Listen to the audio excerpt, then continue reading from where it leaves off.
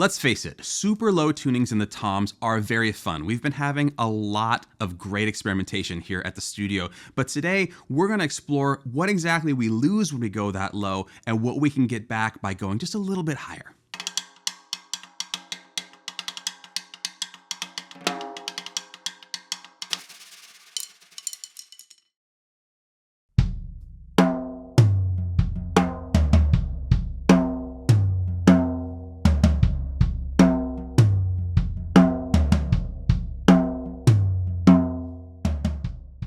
A little while back, we dove into just what you gain and lose by going to what they call jaw tuning, or just above a wrinkle tuning, with our bass drum, and that inspired us a lot because we found a lot of usable information sonically, both all the way at the bottom and when we started to pitch the batter head a little bit up to get the low end back. Today we want to find out what the results are by doing the same thing to the toms. Now it's going to be a little bit different because our toms don't have ported resonant heads like the bass drum does, so the resos actually play a much larger role in today's experimentation.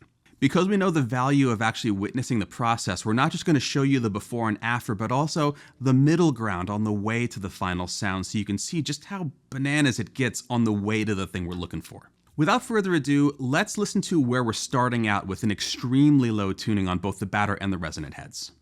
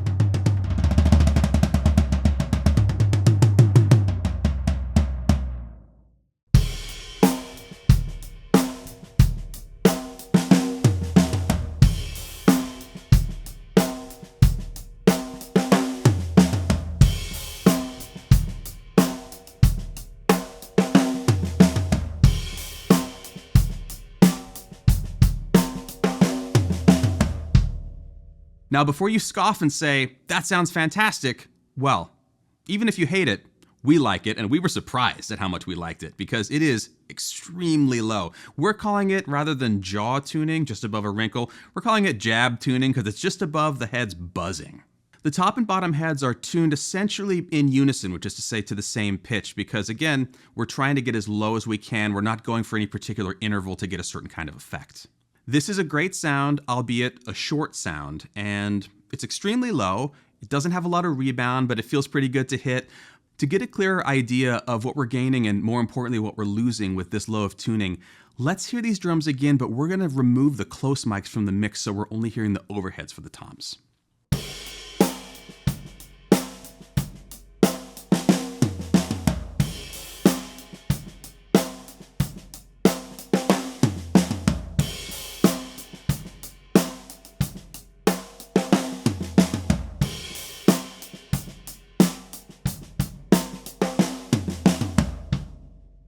The transformation is pretty dramatic, whereas the snare sounded not terribly different when we took away the close mics.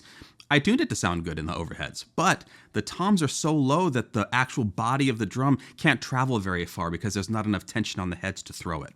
This goes for the overhead mics, and it also goes for anyone that's listening to the kit at a distance, basically any further than sitting at the drums.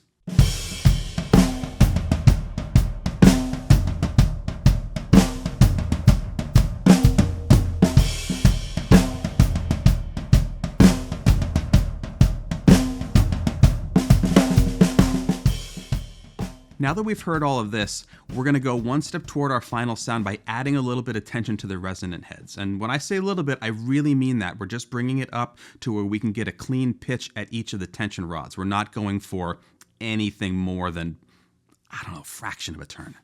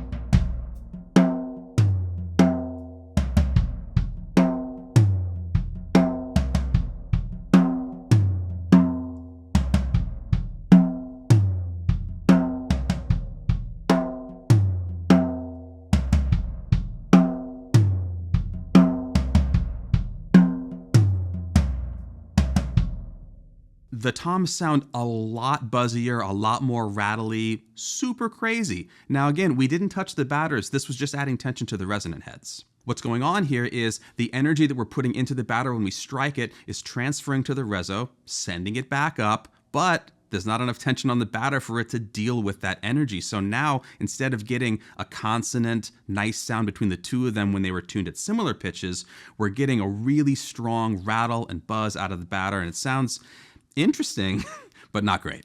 So let's finish the job. Let's pitch the batters up a little bit, and I'm going to reiterate as before, this is a very small amount, despite the fact that the sound transition is going to feel pretty dramatic.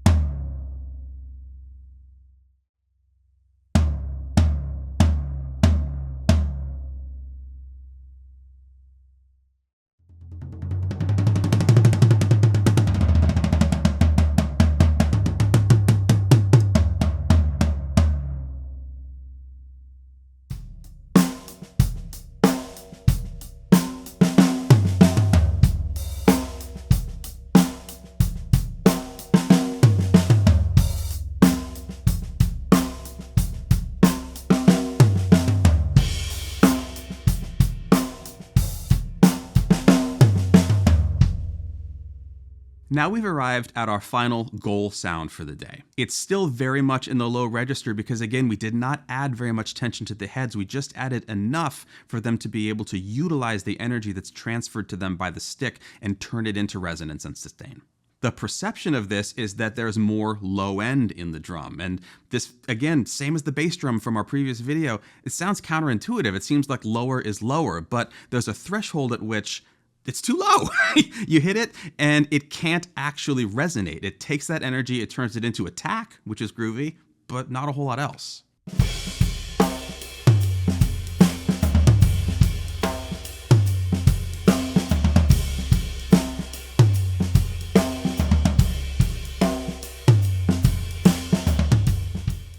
Everything we did today, I could imagine a use case for. The extremely low tuning, even the crazy rattling one if we're looking for an effect, or I don't know, we're doing sound effects for a movie or something and we want a smashing sound that doesn't sound like a tom. Absolutely. These are all tools that can generate a sound that's usable, and it's up to you to decide what the right job is for that tool. There's one more elephant in the room that we need to talk about, and it is the room itself. Any surface that is around your drums is going to reflect the sound the drums are making to some degree. And this is going to change your perception of the sound that the drum is making, despite the fact that it has less to do with the drum and more to do with the environment. This means that as we tune our drums for a good sound, it's going to work in that space, but maybe not work in another space. And the more we know about the iterations along the way of tuning, the more we can make adjustments if we need to for a different environment, or for a different drum, or for a different drum in the same environment, or any combination of those.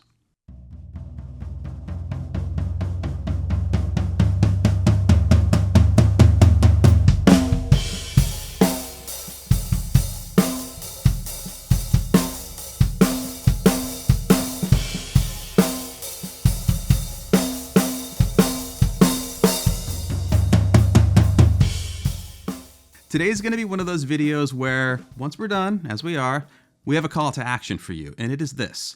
Take one of your drums, let's say your primary rack tom. Take all of the tension off of both of the heads and then slowly re-add tension to both of the heads, back and forth, and move them through their range. Very slowly, listening along the way every single time you make an adjustment, because there are usable sounds along the entire spectrum, both in terms of the heads at the same pitch and intervallically between the two. And there's no other way to figure out what those are, even if we showed you the range of our drum, unless you do it on your own at home.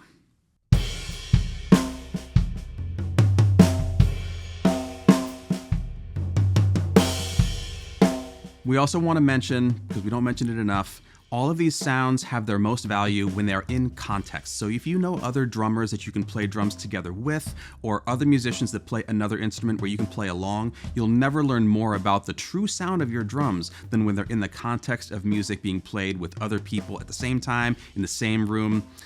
You gotta just get out there and do it.